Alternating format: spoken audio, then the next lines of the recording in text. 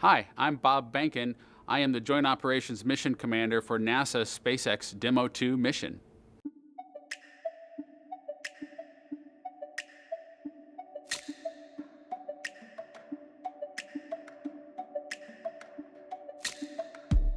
So Doug Hurley and I are about to take NASA's SpaceX Demo 2 mission to the International Space Station. During that mission, we'll perform some checkouts, everything from a response to a fire on board to flying close to the International Space Station manually. We'll make sure all those systems are working during the test flight so that the future missions will have them available even if they don't plan to utilize them.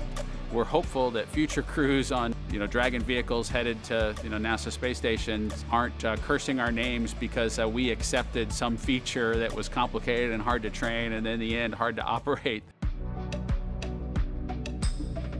In the Air Force environment, flight test environment, there's always a balance of managing risk as you go forward to execute a test point and figuring out a way to collect the data.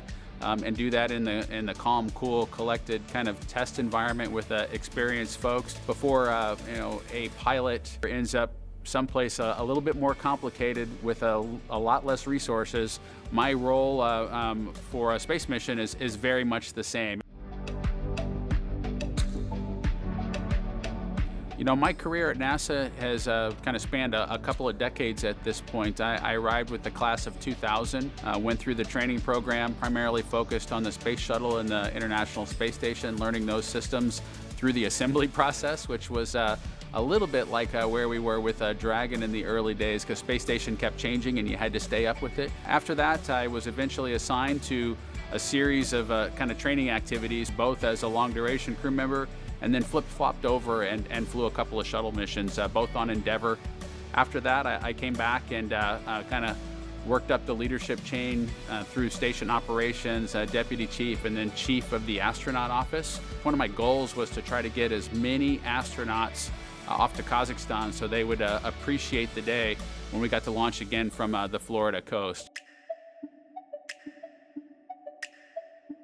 Probably two things that jump out to me as kind of big wins. One is associated with having a high enough fidelity from a training perspective. Both Doug and I can sit in a capsule, we can put on suits, and we can go through a situation or a scenario where the suits are going to inflate to try to protect us from whatever situation is developing on board the vehicle. And I think one of our biggest accomplishments was a tool to be able to plan our own way out of orbit back to Earth. And we had to come up with a way that didn't break the software allocation that was out there. And we just had the big picture of, okay, how does the crew just get home if they end up in this situation? How does the crew get home if they end up in this situation? When they were able to flip that switch and not count how many failures it took to get there, but accept that let's figure out the easiest way to provide that capability, and they got on board with it. That was the aha moment.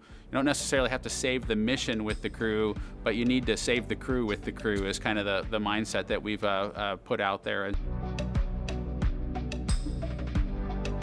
It's really kind of designed that launch day is kind of relaxed. So we'll get up, have a little bit of exercise probably, or breakfast and then some exercise, be able to do some last minute phone calls. We'll probably have lunch, review, weather briefing of some sort to understand what our weather's going to look like. We'll hear anything associated with the vehicle, kind of technical detail wise. We'll get a little bit of an early read on that before the formal process of getting a suit on and then heading out to the launch pad.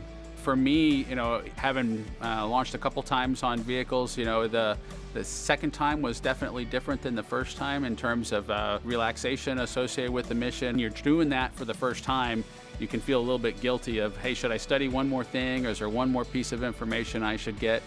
So that's definitely different between where I was on my first flight and where I'm at right now.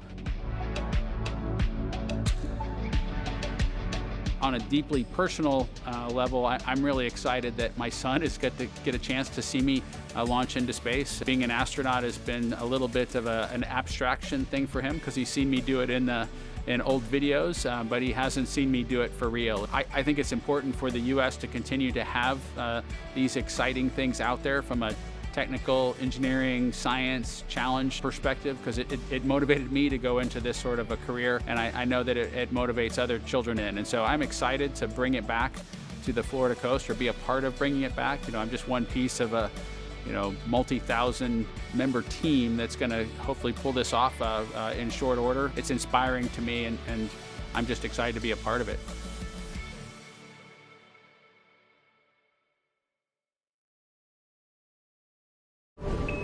Subscribe for more space.